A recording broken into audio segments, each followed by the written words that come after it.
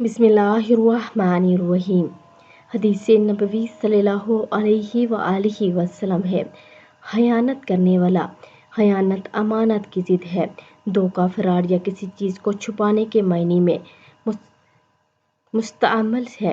خائنین وہ لوگ ہیں جو اور اس کے اللہ کے رسول سے اور جو ذمہ داریاں ان پر ہیں ان میں خیانت کرتے ہیں، رازوں کو فاش کرتے ہیں، فراڈ سے کام لیتے ہیں، عہد کو توڑتے ہیں اور طے شدہ معاملات میں حقائق کو چھپاتے ہیں، نیز اپنی بادشاہت رعیت میں اپنے زیر سایہ افراد سے دھوکہ کرتے ہیں۔